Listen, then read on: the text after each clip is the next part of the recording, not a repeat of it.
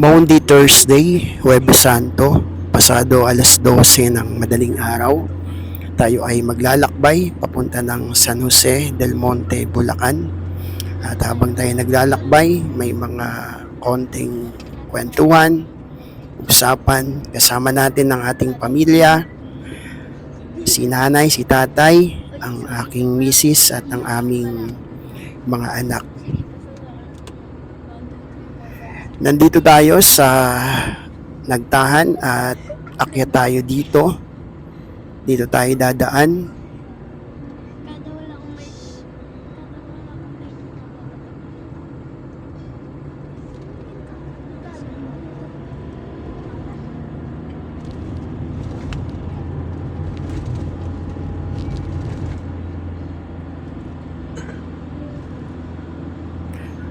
Pagbaba natin dito sa Nagtahan, Lacson Avenue, kakanan tayo ng Loyola Street at kakaliwa ng Maceda. Pagkatapos ay kakanan ng Espanya, ikot lang tayo ng konti sa circle at dire-diretso ng Quezon Avenue, Commonwealth at Quirino Highway. At tawid na nun ang San Jose del Monte, Bulacan. So maraming salamat sa inyong patuloy na pagsama sa mga travel, mga video. Pagpalain tayong lahat ng ating Panginoong Diyos.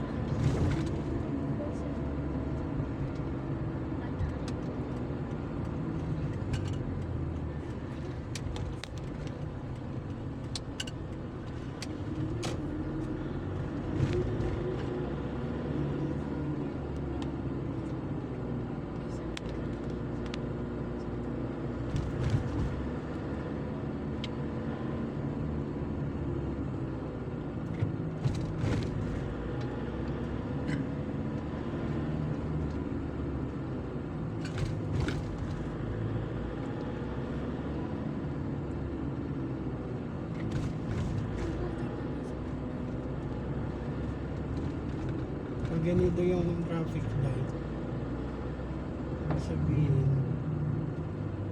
hindi yan gumagana. Pag nagbiblink, tiyempohan lang.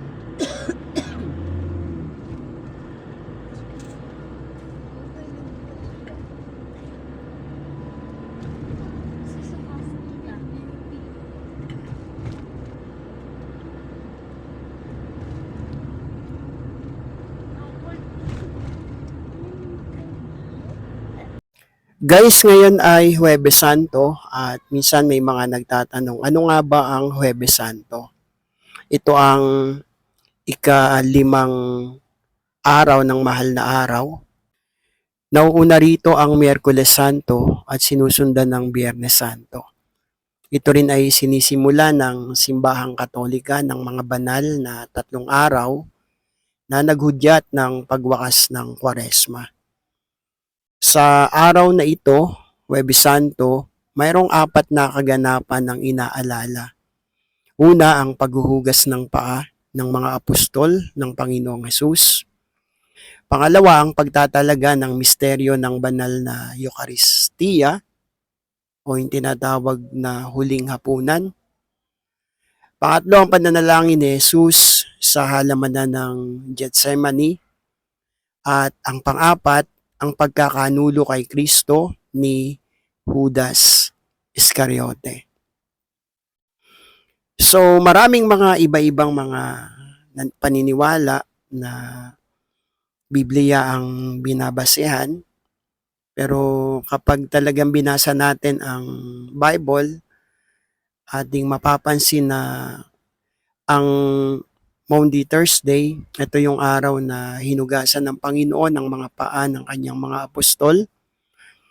At ito yung pag-alaala din sa huling hapunan o yung Last Supper na minsan nakikita natin sa mga display sa mga tahanan, merong Last Supper. At nandun din yung prayer ng Panginoon sa Garden of Gethsemane.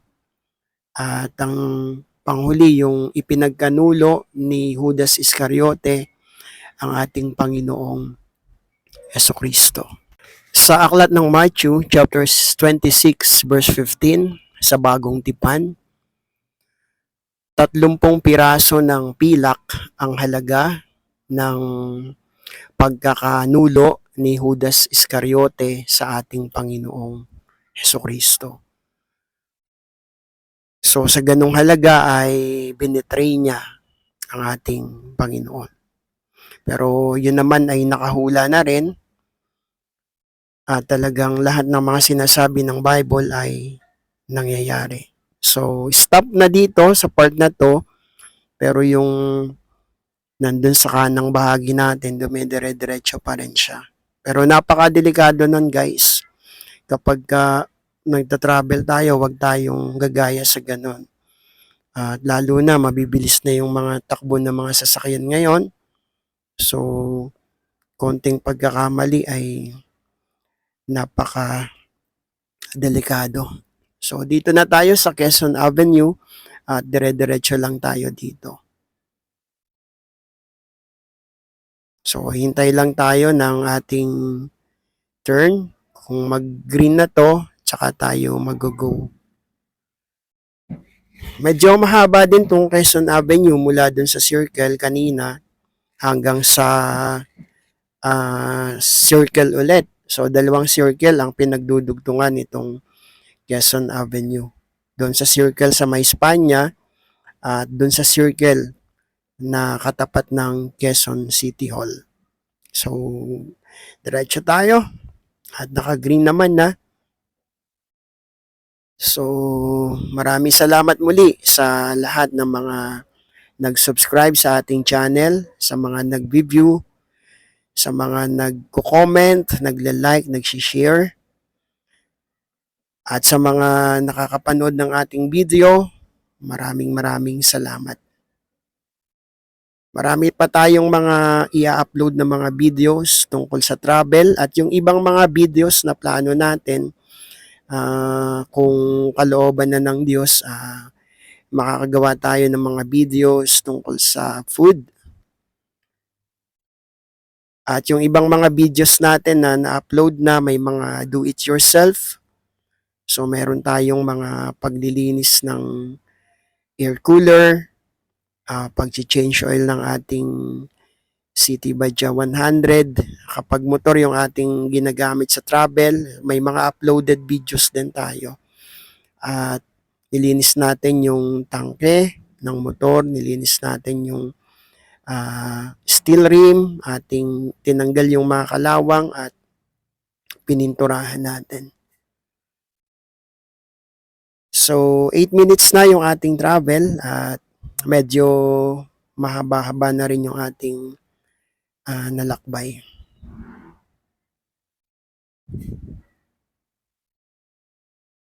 So, pansin natin na talagang madalang yung mga tao ngayon, halos mga sasakyan na lang yung ating mga nakikita sa lansangan.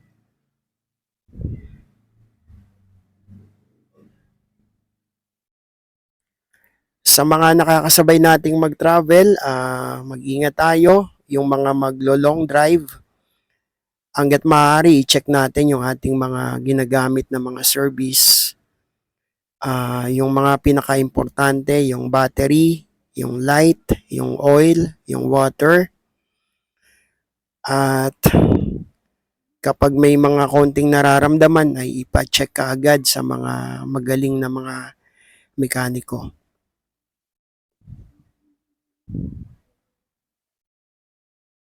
Mas maganda na yung nagta-travel tayo na alam natin na talagang komportable tayo. Walang masyadong iniisip. Kaya kapag mga long drive, laging nasa kondisyon sana yung mga ginagamit nating mga sasakyan.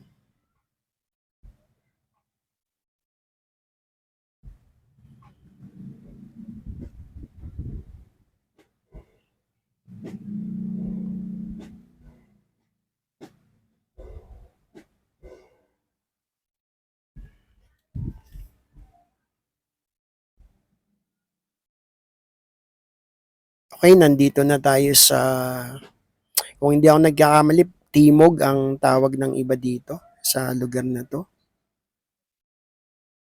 So, tatawid lang tayo dito at mga ilang traffic light lang, dadaan tayo sa ilalim ng, EDSA.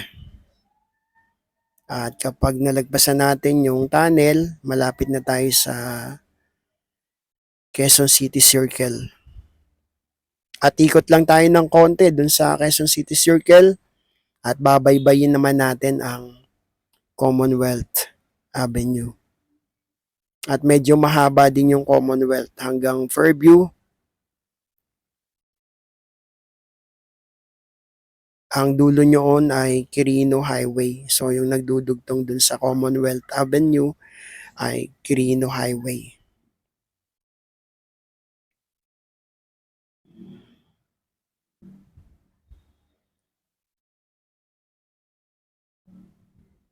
Dito sa bandang kaliwa natin, sa left lane, meron ditong U-turn. Kaya may mga kagaya niyan, yung nasa unahan natin, nagsisignal at merong U-turn dyan sa bandang unahan.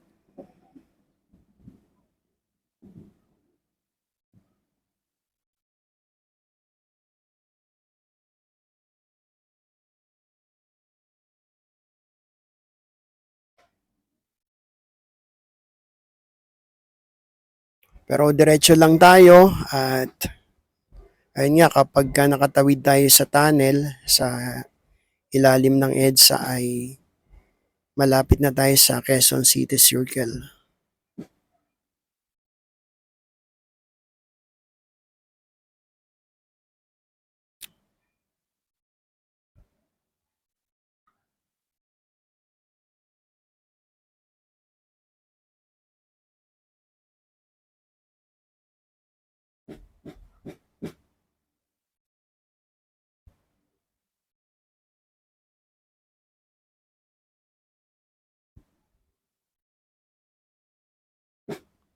Okay, so diretso lang tayo dito at ito na yung tunnel. Yung itaas nito ay EDSA.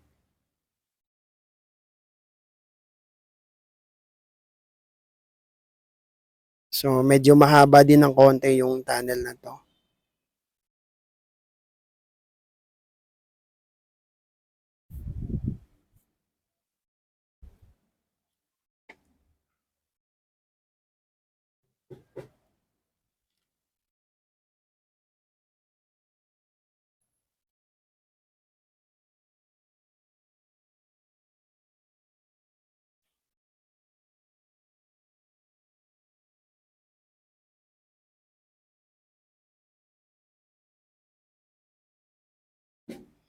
At kapag nakaakyat na tayo, ilang distance na lang ay mararating natin yung Quezon City Circle. Ang ilang bahagi ng Quezon City Circle ngayon ay nadaanan ng project ng MRT-7. So mula dun sa North Avenue ay merong ginawang dadaanan din doon ng MRT-7. So bali tatawirin niya yung Quezon City Circle at pagkatawid noon ay nakatumbok yun sa Commonwealth. So nandito na tayo sa Quezon City Circle. May mga ano dito, pwede kang kumanan papunta dyan sa Timog. Paglagpas mo naman dyan, pwede kang kumanan papunta ng Kalayaan, papunta ng Quezon City Hall, at pwede kang kumanan dun sa susunod bago dumating sa Commonwealth. So merong tatlong sanga na pwedeng kumanan ng mga dumadaan dito sa Quezon City Circle. So pang-apat na kanto yung Commonwealth Avenue. So doon tayo sa pang-apat na kanto. Ingat lang din tayo lagi dito sa circle kasi medyo kailangan tiyempuhan dito laging mag-signal para alam nung mga nakakasabay natin yung ating gagawing liko, kung kanan man, kung kaliwa. So, kagaya nung nasusundan natin. So, nagsisignal siya. So, ganyan yung ating gagawin kasi minsan kapag nakalimutang mag-signal, nahihirapan yung mga nakakasunod o mga nakakasabay kung ano ba yung intention ng ating pagdadrive. So, nandito na tayo sa Philcoa. Dire-diretso lang tayo dito sa Commonwealth Avenue.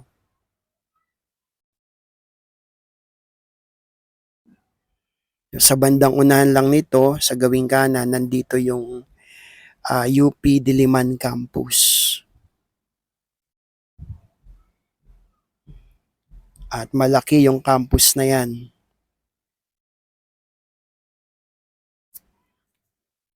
Malaki na ang pinagbago nitong Commonwealth Avenue. Dito mayroong talagang motorcycle lane. Kaya lang, may mga part na parang broken yung motorcycle lane. May mga part naman na dire-diretso yung motorcycle lane. Nung mga nakaraan na naghihigpit dito, kapag ikaw ay four wheels at dumaan ka sa, eto, nandito tayo sa tapat ng motorcycle lane ngayon, mismong lane. So, aalis tayo dito kasi doon kanina sa Philcoa, mga ginagawa pa yung daan. So, ayan. Yan yung motorcycle lane. Kapag araw, maraming mga enforcer dyan at nag-i-enforce sila. Kapag ikaw ay four wheels at bumabad ka dyan sa motorcycle lane na yan, ay pwede ka nilang hulihin. Pwede kang bigyan ng violation. At kapag motorcycle ka naman, ang gamit mo, tapos nandito ka naman sa lane ng hindi para sa motorcycle, ay hinuhuli din ng mga enforcer.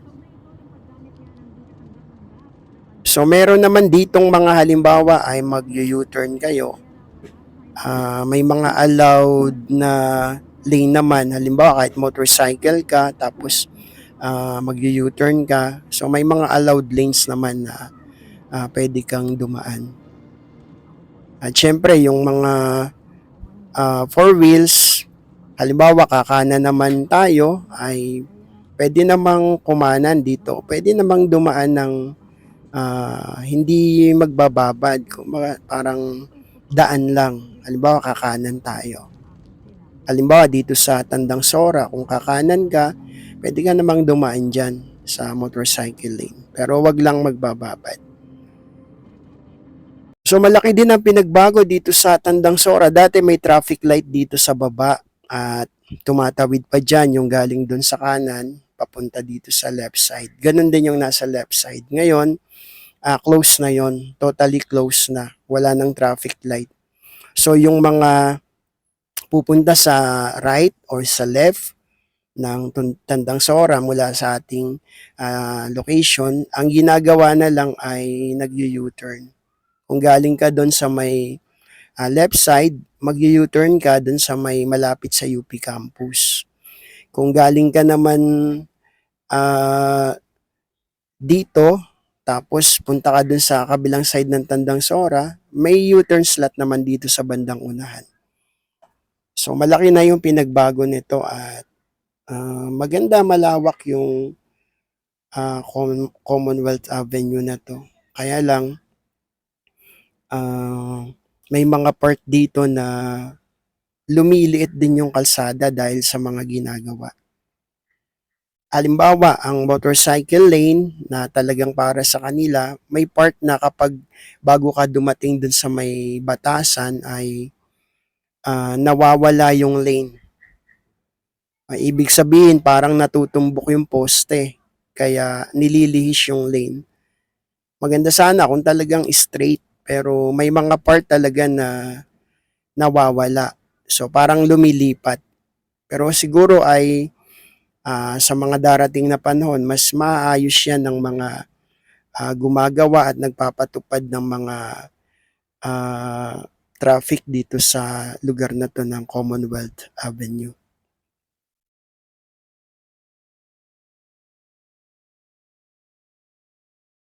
So napakalawak ng daanan na 'to at sa kabila gano'n din.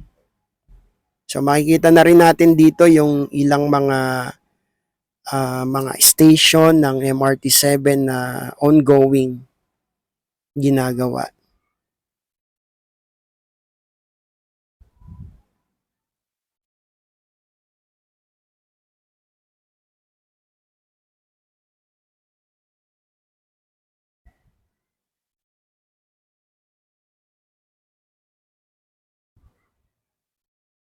Eto kagaya nito, sabi ko kanina yan, yung motorcycle lane, ayan parang nawala yung motorcycle lane kasi may poste dun sa gitna na parang siya yung kung straight lang na iisipin parang tinumbok yung poste kaya nagkakaroon ng mga parang nag-change lane or iniba yung way nung motorcycle lane. Pero ganun talaga kasi lumiliit yung kalsada. Dun sa kanina napakalawak pero may mga part na talagang lumiliit din siya. Pagdating sa may Manggahan, sa may Litex, medyo sumikip na rin. Oh, hindi naman masikip, malawak pa rin pero compared dun sa mga una nang nadaanan natin sa tapat ng UP Campus, paglagpas ng Tandang Sora, napakalawak ng daan. O dito medyo malawak na ulit. Ayan. Pero mamaya sa bandang unahan ulit ay mababawasan yung lapad.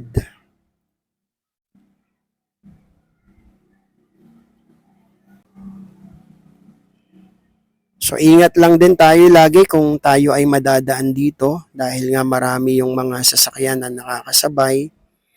Ayan, yung mga lanes para mas maging safe tayo sa ating travel sa ganitong uri ng kalsada ay wag basta-basta mag change ng lane nang hindi nagsisignal. Kagaya nito, nag-left tayo kasi yung nasa unahan natin medyo mabagal yung takbo niya kaya nag-signal tayo na magle-left. Kagaya nito din, medyo mabagal yung sa unahan. So nag-signal tayo na magle-left. Payo nga, signal your intention kapag nagda-drive para nalalaman ng mga nakakasabay natin.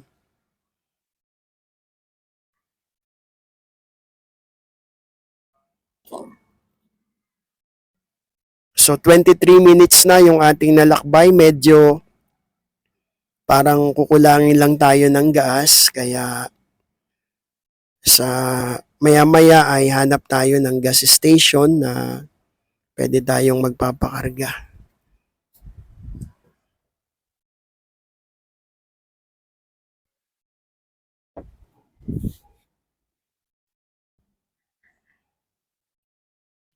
So hindi pa naman sobrang onte yung ating gas pero mas magaling na rin na kumbaga may parang naka-reserve tayo na kung ma-traffic man tayo halimbawa ah, hindi tayo mangangamba.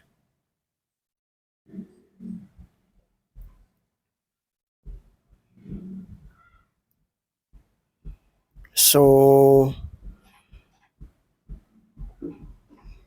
medyo ano na dito, ayan, may mga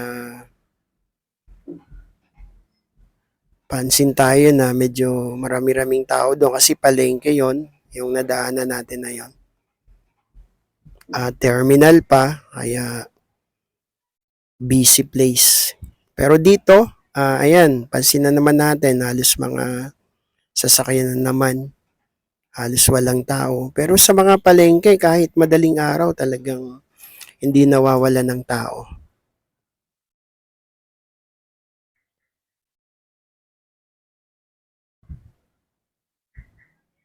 So itong left side natin, ito yung riles ng MRT7.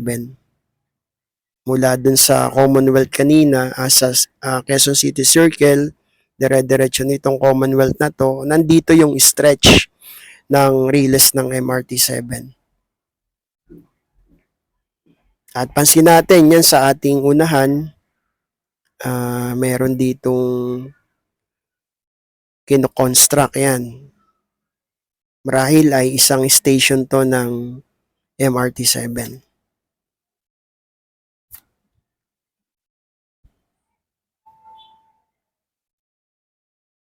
So medyo malaki yung MRT station na yon.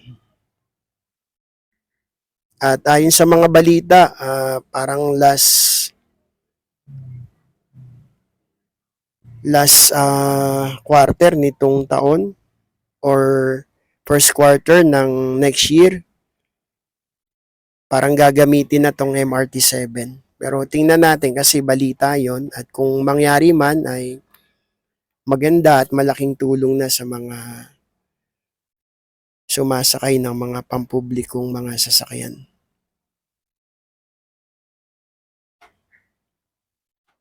Okay, so nandito na tayo sa Fairview.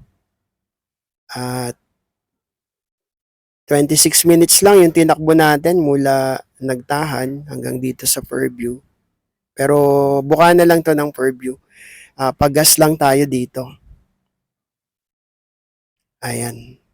Para sigurado tayo na matraffic man tayo in case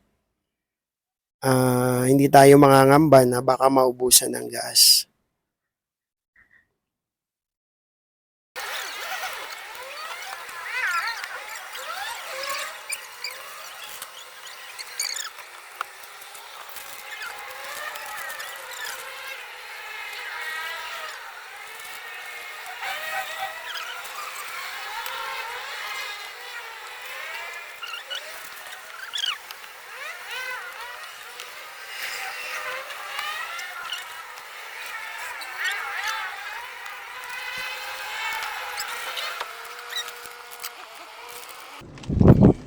So, okay na. Nagpalagay lang tayo ng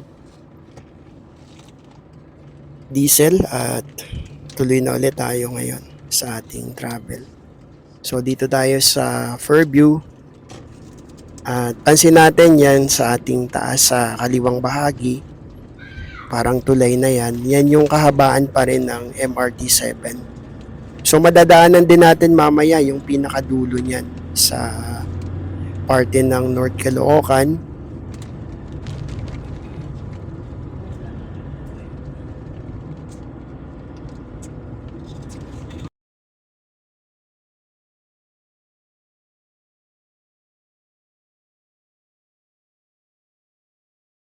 Dito sa left side natin, pagkalagpas lang natin dito sa may McDo, nandito yung Fairview Mall. Halos tapatan itong traffic light. Sa left side siya. So tuloy lang tayo dito at kapag nakatawid tayo dito sa isang tulay, after din ng traffic light, North Fairview naman yung lugar dito. So may isang kilalang school dito, yung Atherton Private School.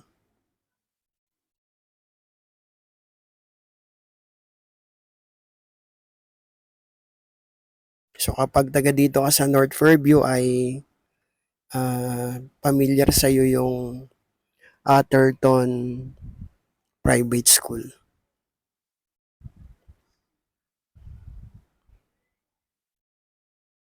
So ito yung situation din ng ginagawang MRT-7. So halos marami na yung finish. Kagaya nito, yung iba may mga flooring na, so may mga slab na, may mga bakod na. So marahil meron na rin yung mga rails doon sa taas niya. Kasi nga binabalita na bago mag-end ang 2025 o sa first quarter ng 2026, may mga ilang parte na pwedeng magamit na dito sa MRT-7.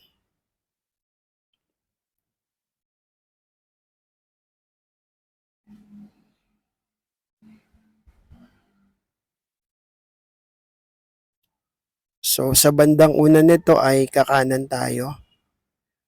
So, Regalado Avenue yung ating dadaanan. So, sundan natin tong nagsisignal. So, dito din tayo dadaan. At mapansin natin, dito din lumiko yung MRT7 yan. Yung padiretso kasi na yon, diretso pa rin ang Commonwealth. Pinakadulo na noon ang Quirino Highway.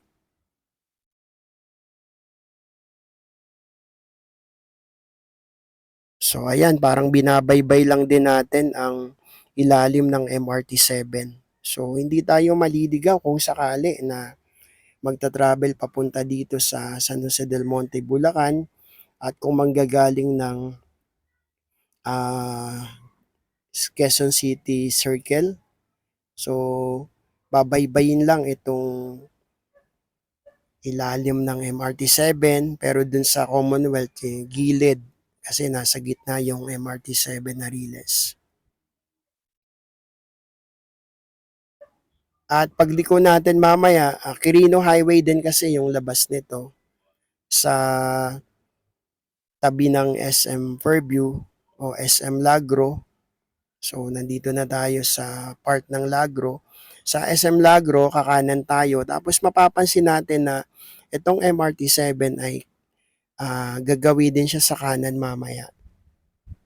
Kasi nga ang MRT7 papunta to ng Bulacan.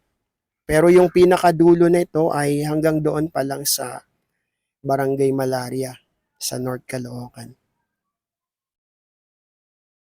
Naalala ko tuloy sa isang video natin na pinuntahan natin yung LRT extension. May mga nagtatanong kasi hanggang saan yung naging extension ng LRT1 particular. Dati hanggang Baclaran lang. Pero ngayon ay ang naidugtong sa kanya ay hindi pa hanggang Cavite, kundi hanggang Parañaque lang din. At sa barangay ng San Dionisio. So, likod ng SM Sukat. Hanggang doon pa lang ang extension ng LRT 1. Pero ayon sa mga balita din ay plano na parang hanggang Cavite. So maganda kung matuloy yung ganong plano.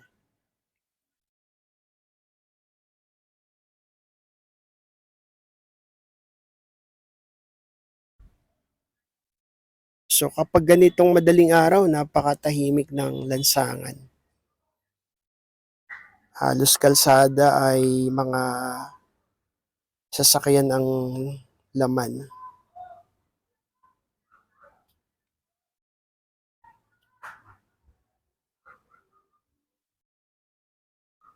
At isang dahilan din kasi holiday ngayon, marami na rin yung mga kahapon ay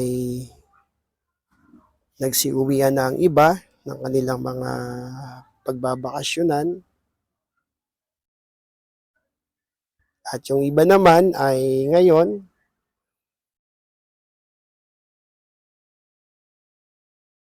yung iba ay marahil bukas, depende sa kanilang schedule ng pagbibiyahe.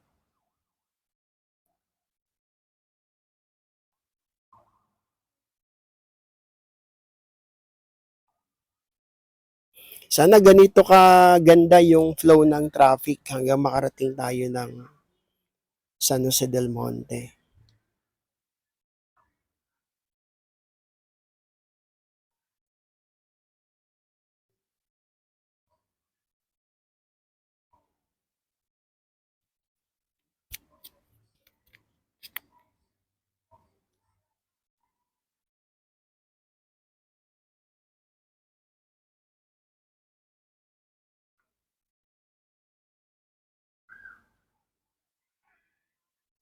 Okay, so tawid lang tayo dito.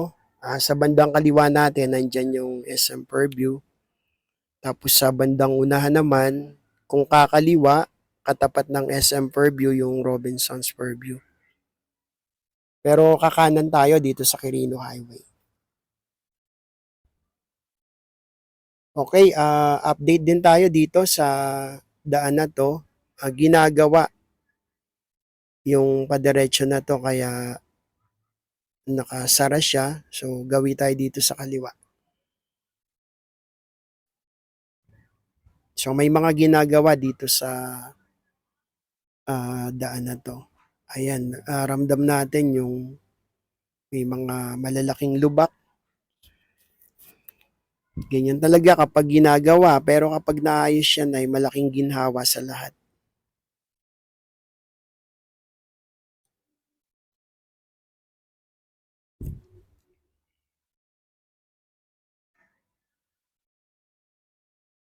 Sa bandang unahan na tayo kakanan, at yan, yung LR, yung Riles ng MRT 7, yun, nandun na sa kanan. Gumawi na sa kanan. Pero mamaya ay madadaanan ulit natin yung dugtong noon. Parang nag-curve lang siya.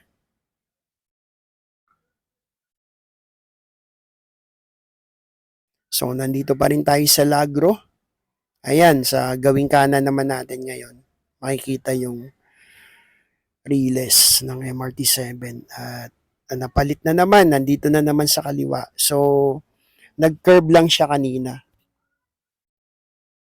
Tapos yung bandang unahan nito, siguro may unang plano na mayroon kasing dalawang poste na nasa gitna. Siguro dati doon ang unang plano pero baka napalitan kasi may nakatenggang dalawang poste kung hindi ako nagkakamali. Dalawa yung poste na yon. Tapos yung dinaanan nitong Riles ay iba doon sa dinaanan. So ito ay ongoing pa rin na MRT 7 terminal. Lagro Terminal siguro yung pangalan nito kasi nasa Lagro tayo.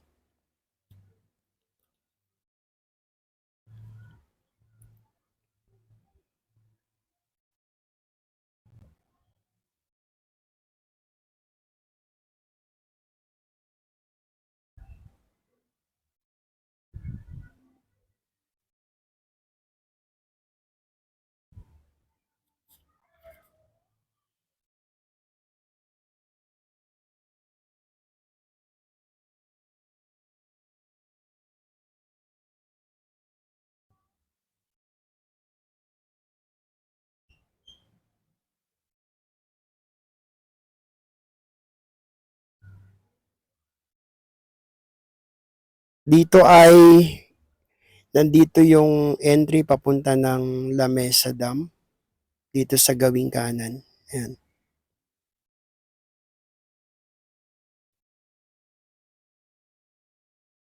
So ito yung sinabi kong poste, ayan dalawa na nakaabang doon pero dito dumaan yung kabuuan ng Riles ng MRT 7. Siguro nag-iba talaga ng plano doon sa part na yon.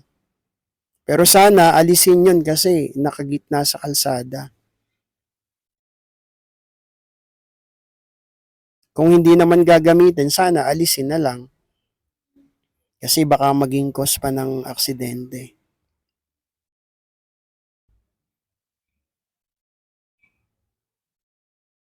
So dire-diretso lang tayo dito sa Quirino Highway. At ang dulo na nito ay boundary na ng San Jose del Monte, Bulacan.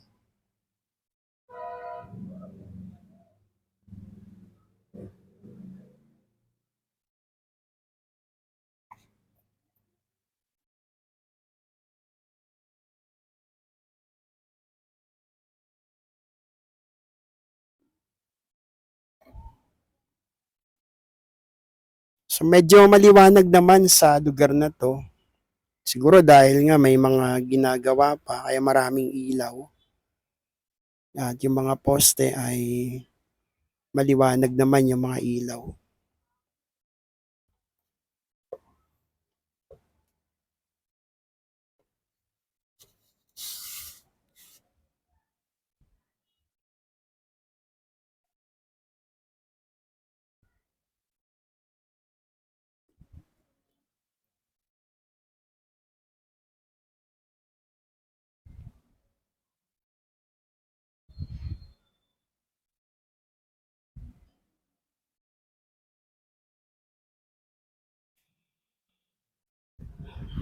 Kapag ganitong madaling araw ang biyahe, ang kalaban natin ay antok.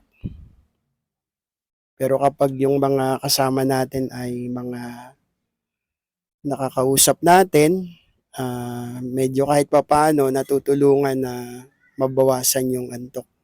Pero kapag talagang sobrang antok na ay humanap na ng lugar para makapagpahinga.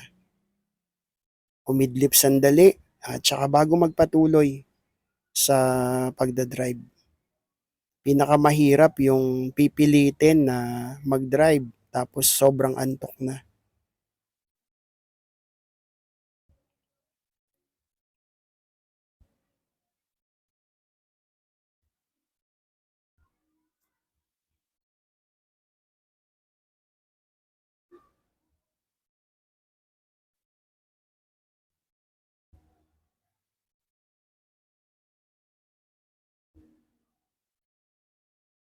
So medyo okay naman, maganda naman yung flow.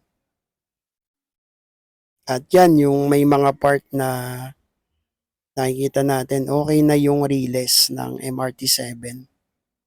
Halos kompleto na, may kompleto yung beam, yung poste, may flooring na, may bakod na. Pero may mga part na nakikita natin kagaya nito, ayan, may slab na pero wala pang flooring. So marami pa ring mga ginagawa sa lugar na to.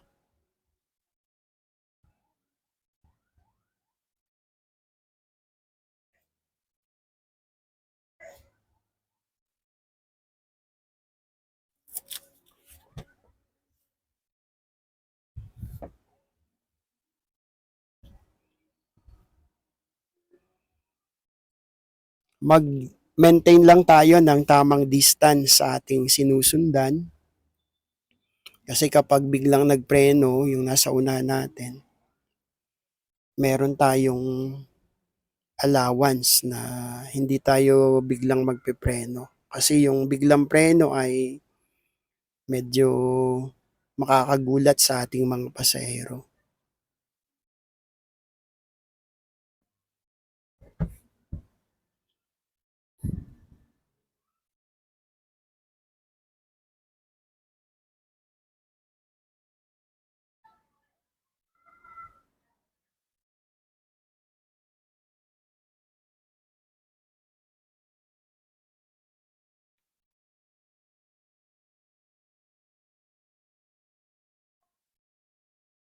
So ang ganda na ng MRT-7, no? Talagang nandito na. Malapit na sa tayo sa pinakadulo nitong ginagawang MRT-7.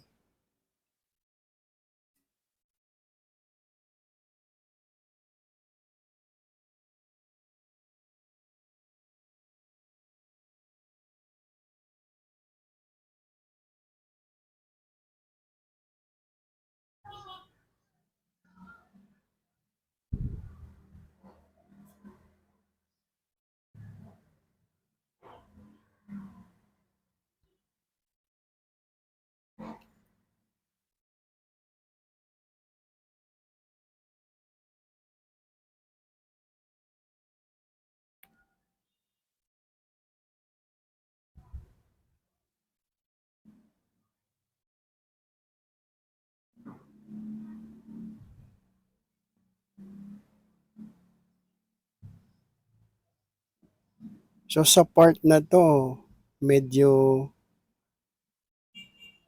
parang nag-slow yung mga nasa unahan natin.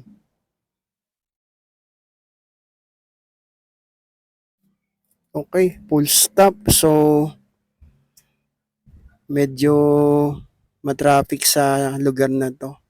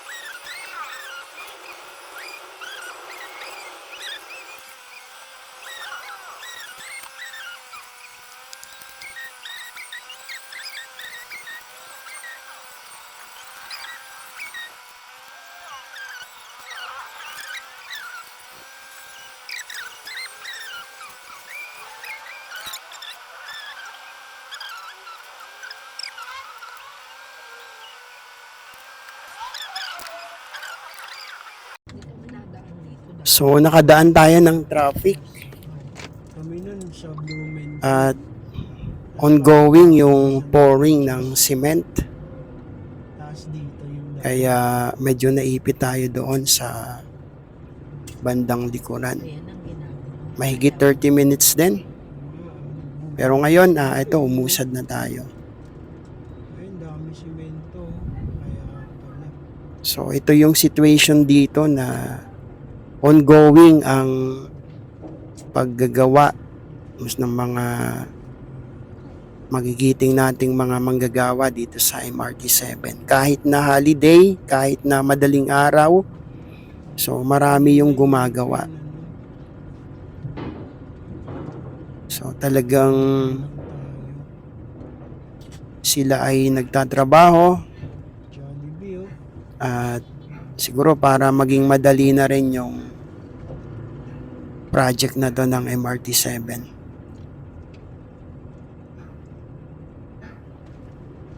So ito, may mga poste pa dito na wala pang beam, Ito na lang yung traffic light. pero may mga abang na dun sa taas.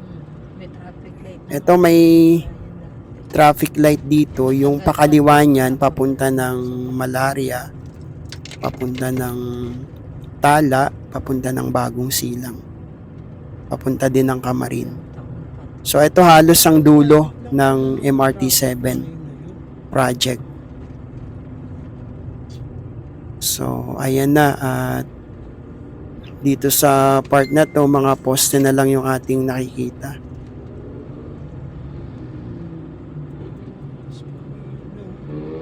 At ito na yung pinakalas, ayan, nadaanan natin yung pinakalas na poste. So hanggang doon yung ginagawa sa MRT7. At tuloy-tuloy tayo dito. Tropa, ayun. Tatawid lang tayo dito sa tulay boundary ng Caloocan City at ng San Jose del Monte, Bulacan.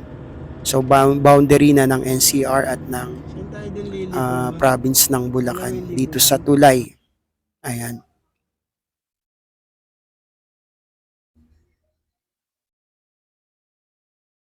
So pasado alauna na.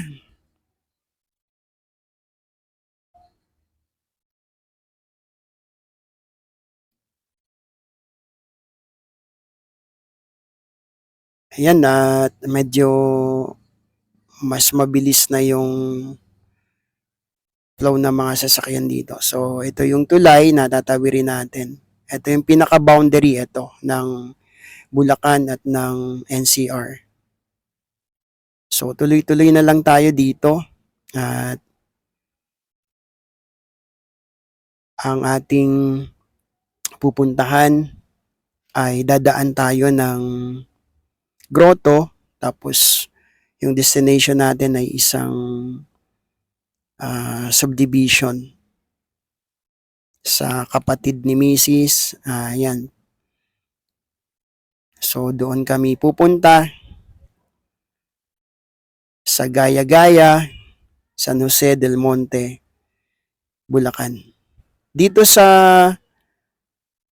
Tongko, meron ditong SM. So itong Tongko ay sakop ng San Jose del Monte, Bulacan. Meron ditong SM, meron ditong McDo sa kaliwang side natin. Yung SM sa bandang unahan pa medyo uphill, medyo paakyat pa mamaya. Madaanan natin yung SM. SM Tungko ang pangalan niya. So ingat lang lagi tayo kapag ganito, ayan, may mga nasasalubong, may mga nasakasabay tayo. Laging mag-ingat. At syempre, wag nating iwala yung pagpe-pray natin. Bago mag-travel, mag-pray. At habang nagta-travel, kung may mga time na isipin natin na pwede nating ilapit kay God yung ating mga travel na ginagawa. So maraming salamat mga kalakbay. Ayan, nandyan yung SM Tungko sa gawing kanan na yan.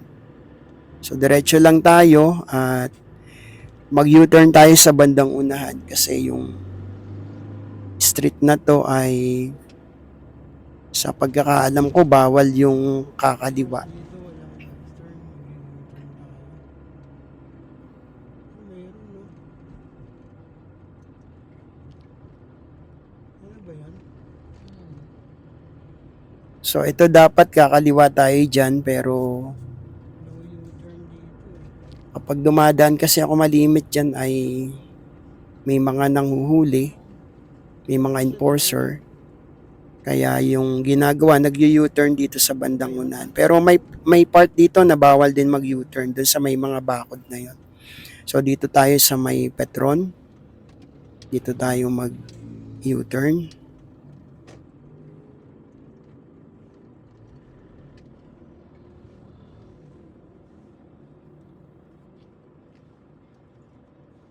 Okay, tapos balik lang tayo dun sa dapat kakaliwaan kanina. So nandito na tayo sa San Jose del Monte, Bulacan. Nandito tayo sa Tungko. Naku, bawal doon. Pag umaga, lagi may enforcer din dyan sa kanto. Ayun no, nag-ano na sila. At kanan tayo dito sa may Anong street to? tapat ng Jollibee. At tuloy-tuloy lang tayo dito. So yung street na to, ang tinutumbok nito ay yung grotto. At maraming mga deboto na pumupunta dito every Holy Week. So tingnan din natin yung situation kasi kapag mahal na araw, pag Biyernes Santo, parang hanggang Linggo ng pagkabuhay ay close yung daan na to. Tayo ng Bataan. 2 hours. Pero ngayon, ayan, makakadaan pa naman kasi may mga dumadaan pa naman. Ilan? Papunta doon? Oo, tsaka pabalik. Sure ka? Oo. Yung So diretso lang tayo. At medyo malapit na tayo sa ating destination. 5 na umaga, 6. Dumating tayo doon, tanghali na. Tapos, ilang oras lang, libing na. Tapos, bumiyahe na tayo ulit. Gabi na tayo na Uy, malakas ang ulan nun, no?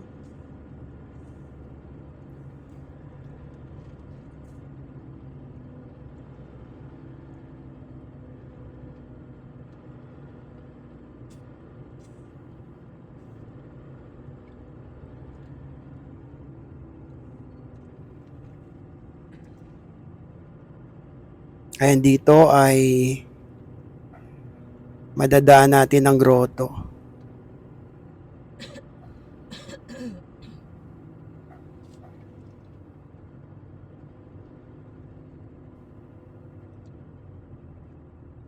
tahimik. So ayan, maraming tao na rin dito. Boto ba to? Maraming mga naghahanda na. May mga stall, may mga tindahan. At yan, may mga abang na silang ginawa. So, Hindi sila kasi buti naman nakadaan pa tayo dito kasi kung hindi, iikot pa tayo dun sa kabilang side. Yun yung entrance.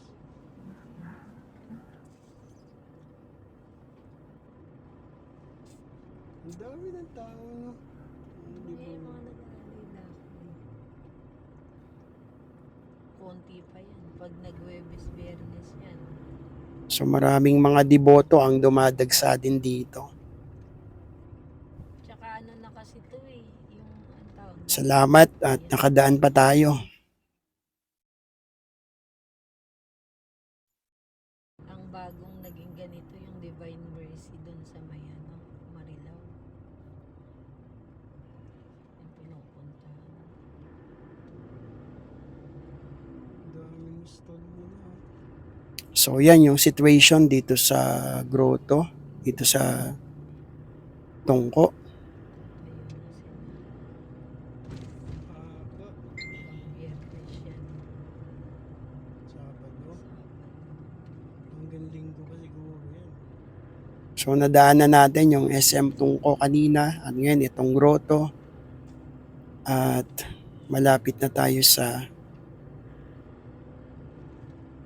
subdivision na ating pupuntahan.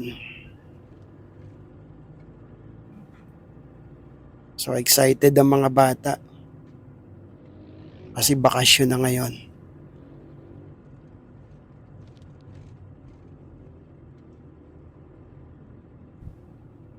Ay, magkatropa.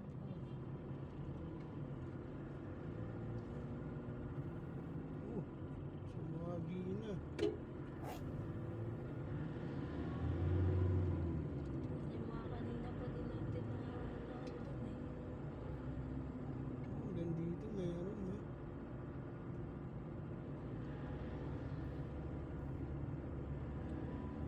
Lalamig ka na ba? Maraming salamat ulit sa lahat ng mga nakakanood sa ating channel, sa lahat ng nag-subscribe, sa lahat ng mga nag-comment, lahat ng mga nag-like, nag-share, sa lahat ng mga patuloy na sumusuporta sa ating channel. Maraming salamat. Ang Panginoong Diyos ang mag-bless sa ating lahat.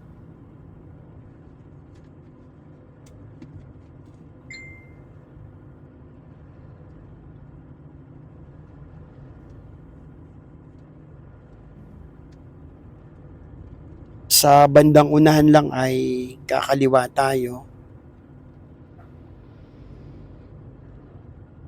Ito na yung pasukan eh, di ba? At napakalapit naman na ng ating pupuntahan. Yung street na to, kung dediretsuhin nyo to ay papunta to ng Muzon. So, pwedeng papunta ng Santa Maria, pwede sa Marilao. So, maraming mga lusot-lusutan yung daan na to. At meron din tong shortcut papunta ng Sapang Palay. So, maganda yung daan na to. Maraming mga access.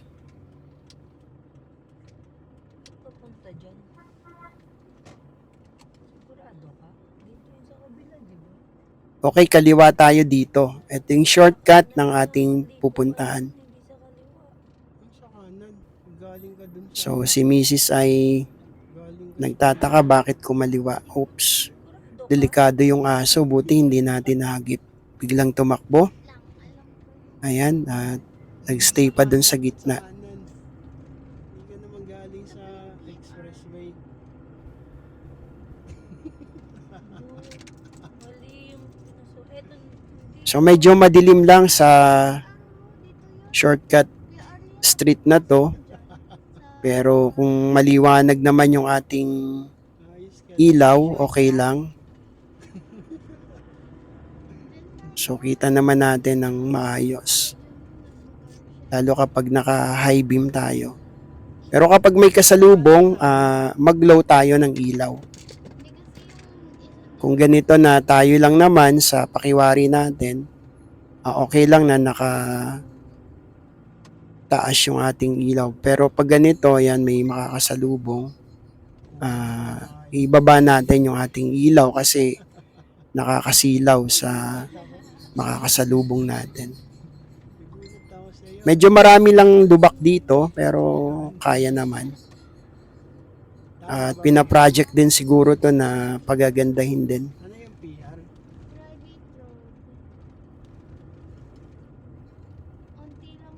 So yan, kapag wala tayong kasalubong, okay lang na mag high beam tayo.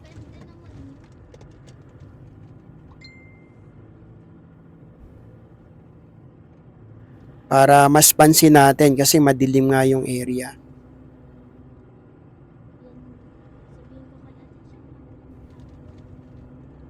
At syempre pag may kasalubong ulit ay ibaba natin yung ilaw natin.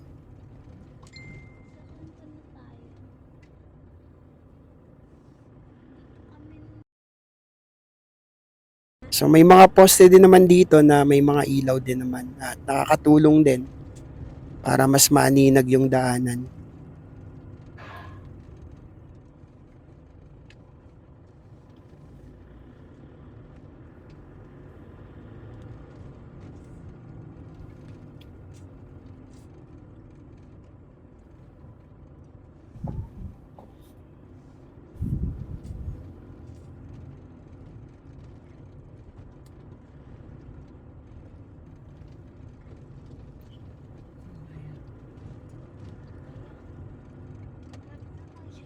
So isang subdivision dito sa Gaya-Gaya, dito sa San Jose del Monte, Bulacan, itong ating pinuntahan.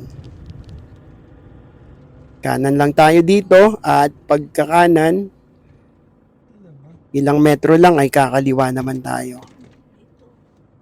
Ito na ba sa kabila? Dito, di ba katapat nito? Tapos doon sa dulo. Oo, malaki na ito. At pag nakakaliwa tayo dito ay dire-diretso na lang. Tama ito na no? Doon ka sa dulo. So ganito pala talaga kapag madaling araw, tulog yung mga tao. Halos walang tao sa labas.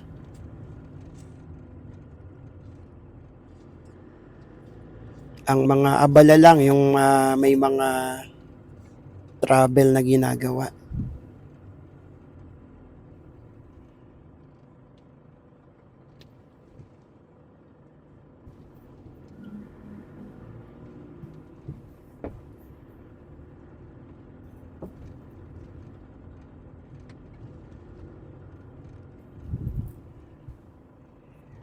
Maraming salamat ulit sa lahat ng mga sumusuporta sa ating channel. Lahat ng mga nag-subscribe, nag-comment, nag-like, nag-share, lahat ng mga nakakanood ng ating channel, maraming salamat. At marami pa tayong mga videos na i-upload patungkol sa mga lakbay, travel, at kung kalooban ng Panginoon, makapag-upload din tayo ng mga video patungkol sa mga food. Baka ito na yung van. Ayan no? Ano ba yan?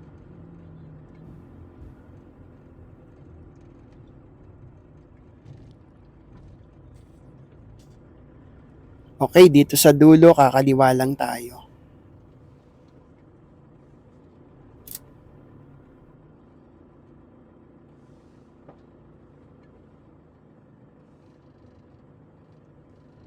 So, isang subdivision dito sa Gaya-Gaya, San Jose del Monte, Bulacan, Mga tuloy na. ang ating pinuntahan ngayon. Maraming salamat. Ang Panginoong Diyos ang mag-bless sa ating lahat.